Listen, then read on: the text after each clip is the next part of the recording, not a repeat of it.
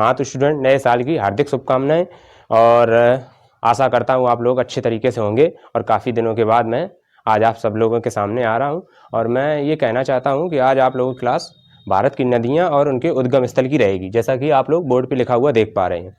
तो थोड़ी चर्चा हो जाए पहले नए साल के बारे में और आप लोगों के और हमारे बारे में। हमारी काफ़ी दिनों से क्लास नहीं हो पा रही है, लेकिन जैसे ही समय मिलता है हम क्लास लेने की पूरी कोशिश करते हैं। तो आज भारत की नदियाँ पढ़ाएंगे। पहली चीज़ ये होती है कि अपनी अच्छे तरीके से तैयारी और फोकस करें, एक चीज़ पे कंसंट्रेट बना के तैयारी करें। जैसे कि आज से नया साल प्रारंभ हो रहा है और आप लोग आज से ही किसी भी चीज़ की अपने कोई भी एक कॉम्पिटिटिव एग्ज़ाम की रणनीति बना के तैयारी करना शुरू कर दें।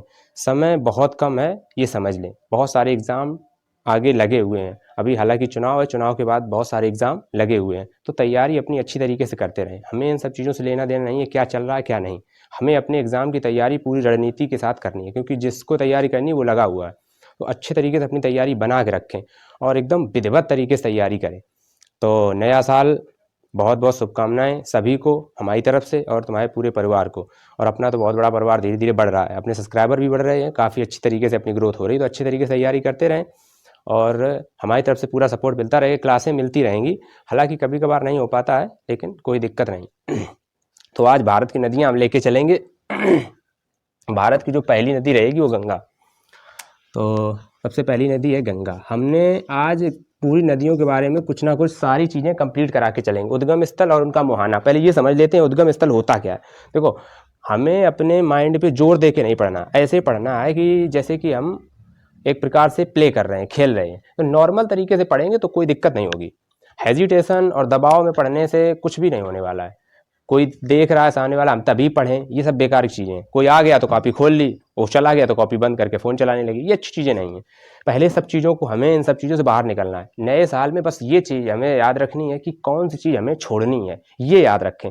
जो बुरी आदतें हैं उनको छोड़ दें और अच्छी आदतों के साथ आगे बढ़ें। ये नया साल आपको किसी ना किसी जगह पर तुम्हारी सफलता की मतलब कि सीमा तक पहुंचा देगा, जहां तक तुमको जाना है। अब वही है कि तुम्हें अपने टारगेट्स जो सेट कर रखे हैं वहां तक पहुंच जाओगे, लेकिन उसके लिए कठिन परिश्रम। तो पहली नदी गंगा, जो हमारे देश की सबसे पवित्र नदी है। उद्गम स्थल, उद्गम स्थल नदी का वो होता है जहां से कोई नदी निकलती है, और मुहाना जहां पे कोई नदी गिरती है या किसी नदी में मिलती है। पहली चीज ये है, हम समझते हुए चलेंगे जो विशेष शब्दावली आती है ज्योग्राफी में, तो भूगोल का एक पार्ट है। क्या भारत की नदियां, भारत में दो प्रकार की नदियां पाई जाती हैं, एक हिमालयी नदियां और एक प्रायद्वीपीय नदियां। प्रायद्वीपीय नदियां क्या है? प्रायद्वीपीय नदियां वो नदियां हैं जो हमारे दक्षिण भारत में पाई जाती है। दक्षिण भारत क्या, मध्य प्रदेश एक राज्य है, वहां से जो नीचे की तरफ हम बढ़ेंगे तो वहां से प्रायद्वीपीय भारत शुरू हो जाते हैं, जो हमारा त्रिभुजाकार में है। और हिमालयी नदियां क्या है, वो हिमालय से ऊपर से निकलती हैं और सारी ज्यादातर मोस्टली बंगाल की खाड़ी में गिरती हैं, ठीक है, कुछ अरब सागर में भी। और इस प्रकार से, और जो प्रायद्वीपीय नदियां वो भी बंगाल की खाड़ी और अरब की खाड़ी में और खंबात की खाड़ी में मोस्टली काफी जगह पर वो गिरती हैं। तो इस प्रकार से हम पूरी तैयारी करते हुए चलेंगे। आज पहली नदी हम लेते हैं तुम्हारी गंगा। तो गंगा नदी में हम देख रहे हैं इसका उद्गम स्थल जो हमारा है वो है उत्तराखंड। उत्तराखंड के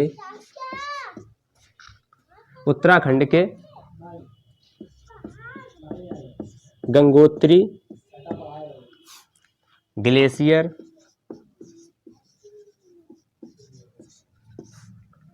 उत्तराखंड के गंगोत्री ग्लेशियर से निकलती है।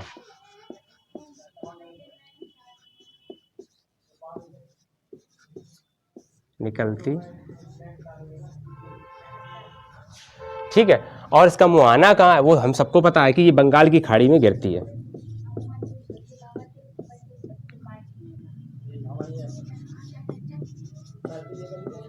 मुहाना बंगाल की,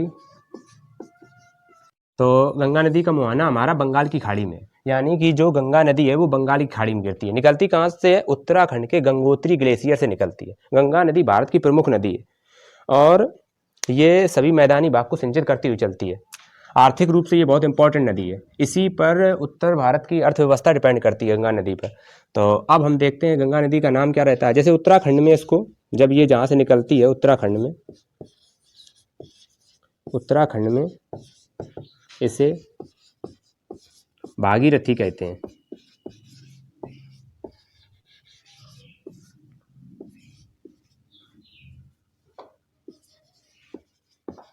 कहते हैं, ठीक है। अब उत्तराखंड से होते हुए उत्तर प्रदेश, बिहार और इधर होते हुए ये पश्चिम बंगाल में प्रवेश करती है। पश्चिम बंगाल में 2 भागों में बढ़ जाती है, हुगली कहलाती है पश्चिम बंगाल में एक जगह। ये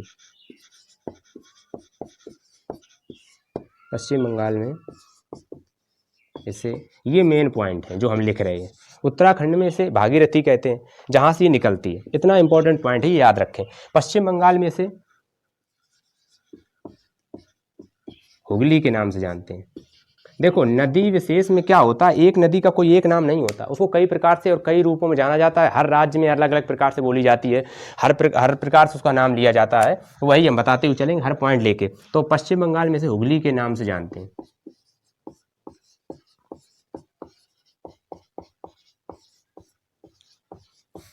ठीक है, अब ये बांग्लादेश में प्रवेश करेगी, क्योंकि ये नदी, गंगा नदी और ब्रह्मपुत्र नदी मिलके दोनों डेल्टा बनाती हैं, जो कि विश्व का सबसे बड़ा डेल्टा सुंदरबन का डेल्टा। वहाँ पर सुंदरी के वृक्ष पाए जाते हैं। इंपॉर्टेंट चीज़ें जो होंगी वो हम बोलते चलेंगे, क्लास पर पूरा ध्यान लगा के मतलब ध्यान रखें और एकदम विशेष तरीके लेकर चलें क्लास को। मतलब कि ये तरीका नहीं है कि याद रखें, हर एक पॉइंट को ध्यान देते हुए चलें। अब हम बांग्लादेश में प्रवेश करेंगे, तो इसको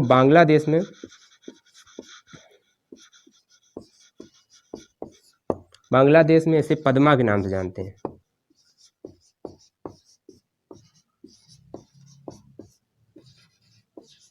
यही गंगा है, जिनके कितने नाम बता चुके हैं हम, 3, भागीरथी, हुगली और पद्मा। तो पद्मा के नाम से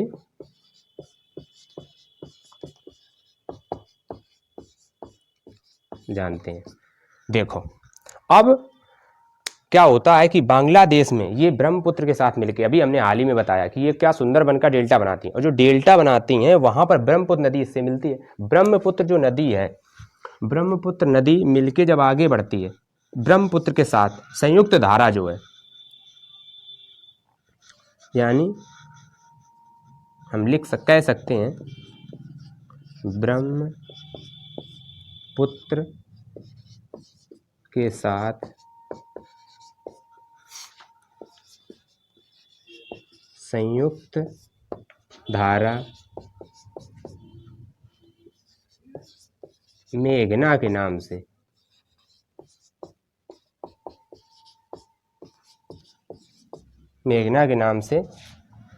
बंगाल की खाड़ी में गिरती है। भाई, हमने ऊपर लिखा दिया, मुहाना कहाँ है, बंगाल की खाड़ी। तो बंगाल की खाड़ी में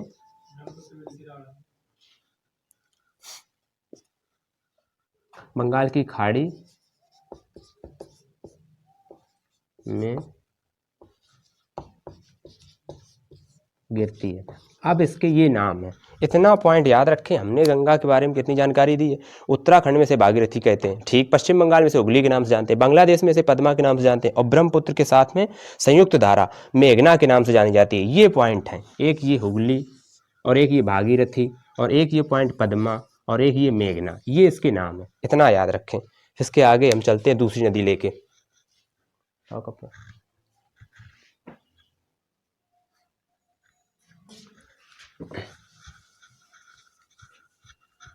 तो अच्छे तरीके से तैयारी करते रहें, जो मटेरियल मिलेगा एकदम सॉलिड मिलेगा, अच्छे तरीके से पढ़ें।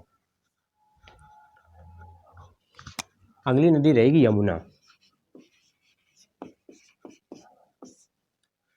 उद्गम स्थल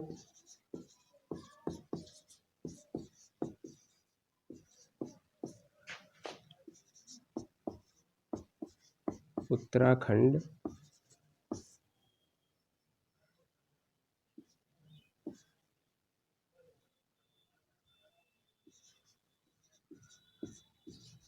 के देखो, याद करने का तरीका क्या है, वो गंगोत्री ग्लेशियर से निकलेगी तो गंगा कहलाएगी, ये यमुनोत्री ग्लेशियर से निकलेगी तो यमुना।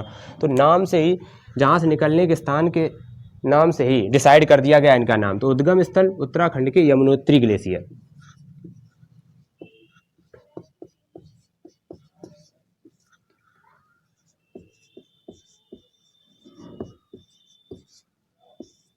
ठीक है, और मुहाना क्या रहेगा। देखो, मुहाना हमने अभी थोड़ी देर पहले बताया कि जहाँ कोई नदी या तो गिरेगी या मिलेगी। तो यमुना बहती हुई उत्तराखंड से, उत्तर प्रदेश से होते हुए, और ये क्या करेगी, अब ये नदी जो यमुना है ये प्रयागराज में प्रयागराज, जो इलाहाबाद है, प्रयागराज में गंगा में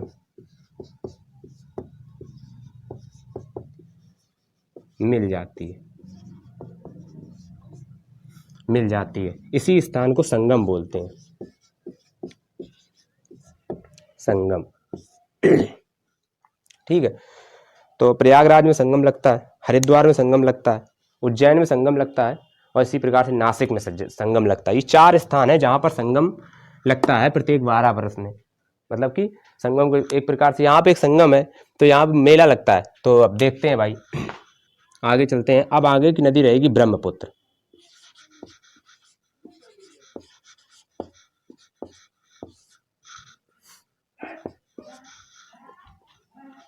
तो संगम लगने का एक तात्पर्य ये है कि जैसे कि कुंभ का मेला, जैसे हमने अभी 4 जगहों के नाम लिए, तो संगम क्या है, एक्चुअली में कुंभ का मेला लगता है यहाँ पे, जो 12 वर्ष में लगता है। अब जैसे कि पहले प्रयागराज, सबसे पहले हरिद्वार, फिर प्रयागराज, और इसी प्रकार से चलते हुए अगली बार उज्जैन में, और उज्जैन के बाद नासिक में। और प्रत्येक के मतलब जहाँ जहाँ पे ये कुंभ का मेला लगेगा सब नदी के किनारे हैं। तो संगम केवल एक ही स्थल ये है जहाँ पे गंगा, यमुना और सरस्वती 3 नदियों का संगम है। तो याद रखें भाई, ब्रह्मपुत्र नदी, इस पे ध्यान दें। ब्रह्मपुत्र नदी जो है तिब्बत के मानसरोवर,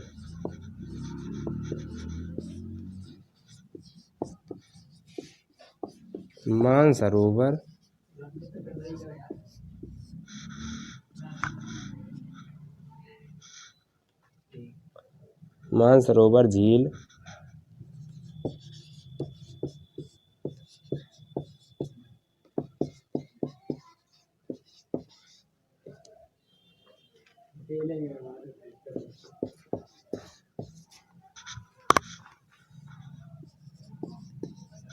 देखो, ब्रह्मपुत्र नदी जो है तिब्बत के मानसरोवर झील से निकलती है, और इसका जो मुहाना है, हम लिख दे रहे हैं,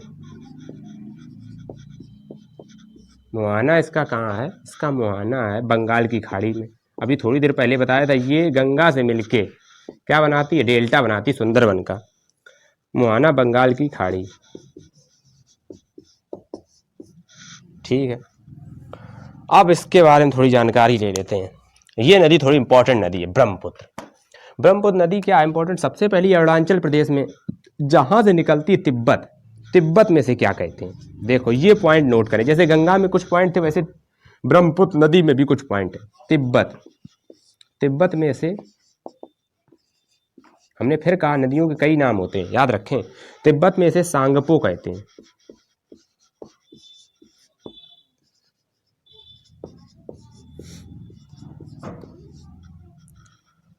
और फिर इसके बाद ये अरुणाचल प्रदेश में भारत में प्रवेश करती है।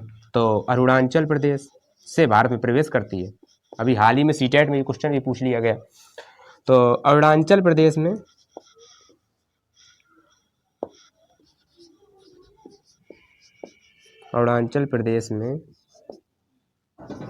इसे देहांग कहते हैं,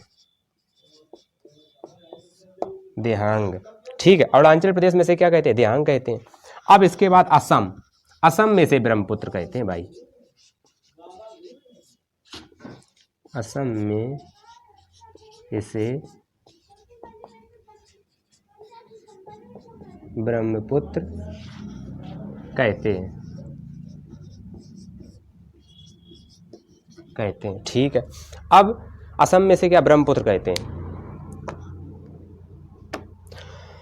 ठीक है। अब इसके बाद ये नदी जो है ये बांग्लादेश में प्रवेश करेगी। तो बांग्लादेश में प्रवेश करने के लिए मुझे कुछ ऊपर साफ करना पड़ेगा। हाँ सही है, हम पढ़ रहे हैं ब्रह्मपुत्र नदी इस समय। तो ब्रह्मपुत्र नदी में अब इसमें क्या है, ये ब्रह्मपुत्र जो है जब बांग्लादेश में प्रवेश करेगी, बांग्लादेश में इसे जमुना, देखो ये पॉइंट है याद रखने वाला भाई, जमुना बोलते हैं, यमुना नहीं, जमुना के नाम से जानते हैं। और इसके बाद बंगाल की खाड़ी में, बंगाल की खाड़ी में गंगा के साथ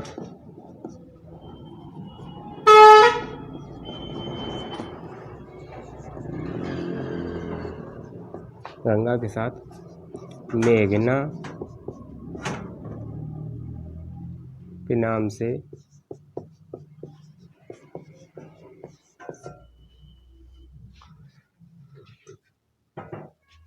गिरती है। ब्रह्मपुत्र नदी बंगाल की खाड़ी में मेघना के नाम से गिरती है। ये दोनों नदियां मिल जाती हैं आगे चल के बांग्लादेश में, और ये इस प्रकार से हमने ब्रह्मपुत्र नदी। अब इसके आगे चलेंगे भाई।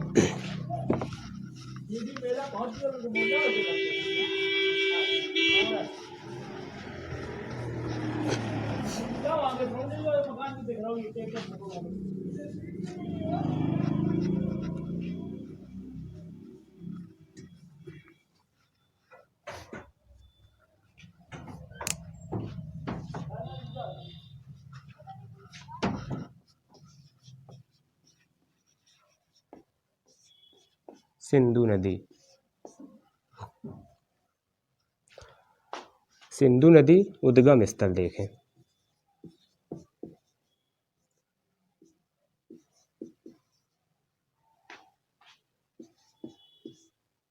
सिंधु नदी उद्गम स्थल,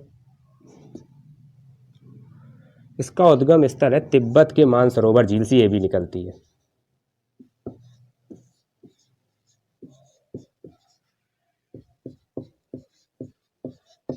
मानसरोवर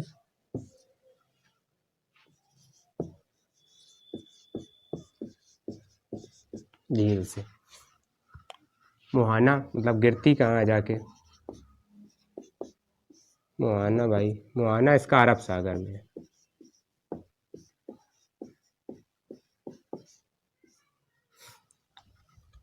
भारत तीन ओर से जल से घिरा हुआ है, तो समझते हैं तीन ओर से कैसे। देखो समझो, भारत के पश्चिमी क्षेत्र में, मतलब कि जो पश्चिमी तटवर्ती एरिया है वो अरब सागर से घिरा हुआ है, और इसका जो दक्षिणी तटवर्ती एरिया है वो हिंद महासागर, और इसका जो पूर्वी तटवर्ती एरिया है वो बंगाल की खाड़ी। तो तीन ओर से घिरा हुआ है भारत जल से।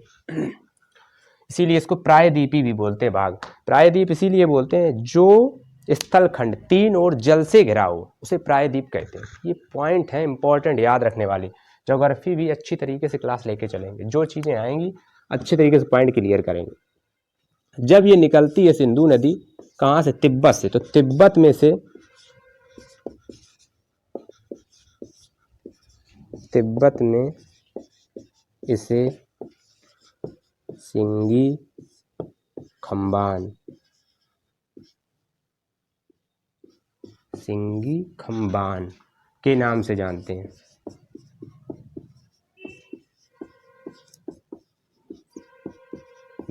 अभी सहायक नदियां हम नहीं पढ़ा रहे हैं, जितनी भी नदियां हैं इनकी सहायक नदियां एक दिन पढ़ा देंगे। अभी उद्गम स्थल, उनके विशेष नाम और उनका मुहाना पढ़ा रहे हैं। जैसे इसकी सहायक नदियां हैं चेनाब, रावी, ब्यास, सतलज और झेलम। मतलब कि 5 सहायक नदियां इसकी प्रमुख हैं। किसकी? सिंधु नदी की। तो 5 कौन कौन सी हैं? चेनाब है, रावी है, सतलज है, ब्यास है और झेलम। ठीक है। तो अब अरब सागर में ये गिरेगी कैसे? पाकिस्तान मतलब होते हुए पहले भारत में एंट्री करती है तिब्बत से होते हुए, और पाकिस्तान से होते हुए अरब सागर में गिरती है। तो ये हमारी सिंधु नदी भी समाप्त। अब हम इसके बाद अगली नदी लेके चलेंगे तुम्हारे लोगों की।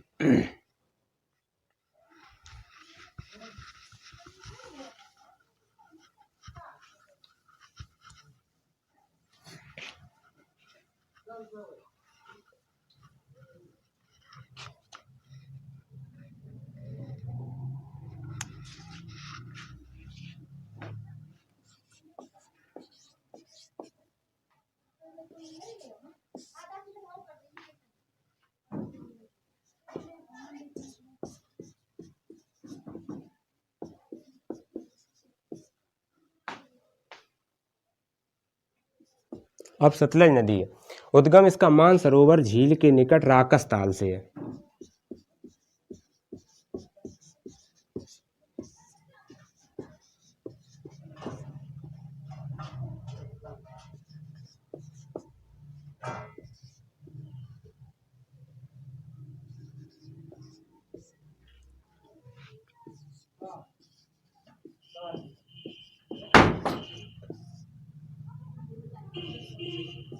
से।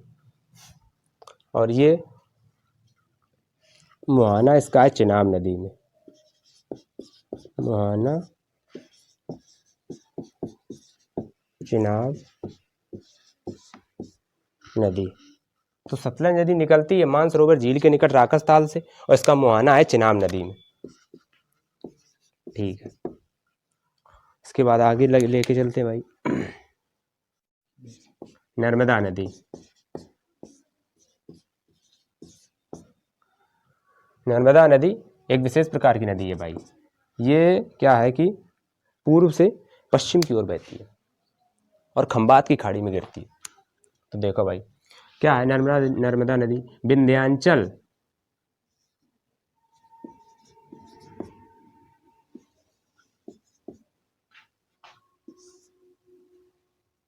विंध्याचल पर्वत श्रेणी, इसका उद्गम है भाई।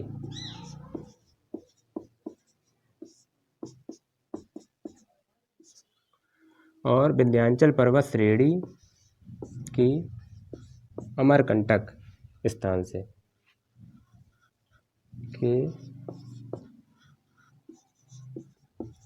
अमरकंटक स्थान से निकलती है। नर्मदा ताप्ती, ये दो नदियां हैं तो और एक दो जो कि पूर्व से पश्चिम दिशा की ओर बहती हैं।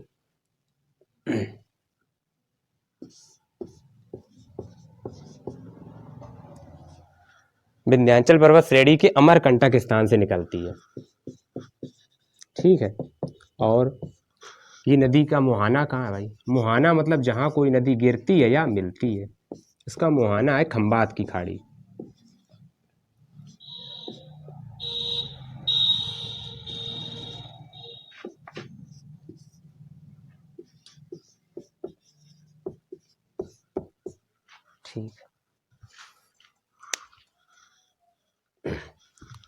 ठीक है, आज के लिए इतना रखते हैं, और आगे जो नदियाँ रह गई हैं वो हम पूरी करवा देंगे।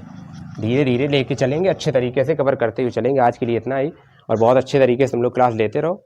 जैसे ही जो क्लासें मिला करें, अभी रोहित सर तुम्हारी क्लास लेने लगेंगे। कोई दिक्कत परेशानी, अभी उन्हें थोड़ी तबीयत ख़राब चल रही थी इसलिए वो क्लास नहीं ले पा रहे हैं, और लेने लगेंगे। अभी समझ रहे हो सर्दी ज़्यादा चल रही है, समझ लो कोई जुकाम है, किसी प्रॉब्लम हो जाती है, उसको दिक्कत चल रही है इसलिए नहीं ले पा रहा क्लास। और तुम्हारी टाइम से क्लासें चलने लगेंगी, और अच्छे तरीके से पढ़ते रहो। नया साल है, बढ़िया से एंजॉय करो, दबा के कोई मिठाई लाओ, खाओ, मौज करो, उड़ाओ एकदम से। मम्मी पापा का सम्मान करो, सबसे ज़्यादा सम्मान करो अपने से बड़ों का, गुरुओं का सम्मान करो, किसानों का सम्मान करो, महिलाओं का, बच्चों का भी, सबका सम्मान करो। अच्छे तरीके से रहो, मस्त रहो। देखो हमारा कहने का मतलब यही है, अगर हम शिक्षित होंगे तभी हम गलत और सही का फैसला कर पाएंगे। हम शिक्षित नहीं होंगे तो हम फैसले ही नहीं कर सकते कि ये गलत है या सही है, क्योंकि जज करना उसी के बस की बात है जिसके पास दिमाग है। दिमाग नहीं है तो क्या सही है क्या गलत है आप जज नहीं कर सकते। अच्छे तरीके से रहें, मस्त रहें, सेफ रहें, और देखो मास्क वास्क लगा के हर जगह जाएं, सेफ रहें। ओमिक्रॉन वायरस सुनने में आ रहा है कि उसका प्रकोप बढ़ रहा है, इसलिए सुरक्षित रहें, घर पे रहें। जय हिंद।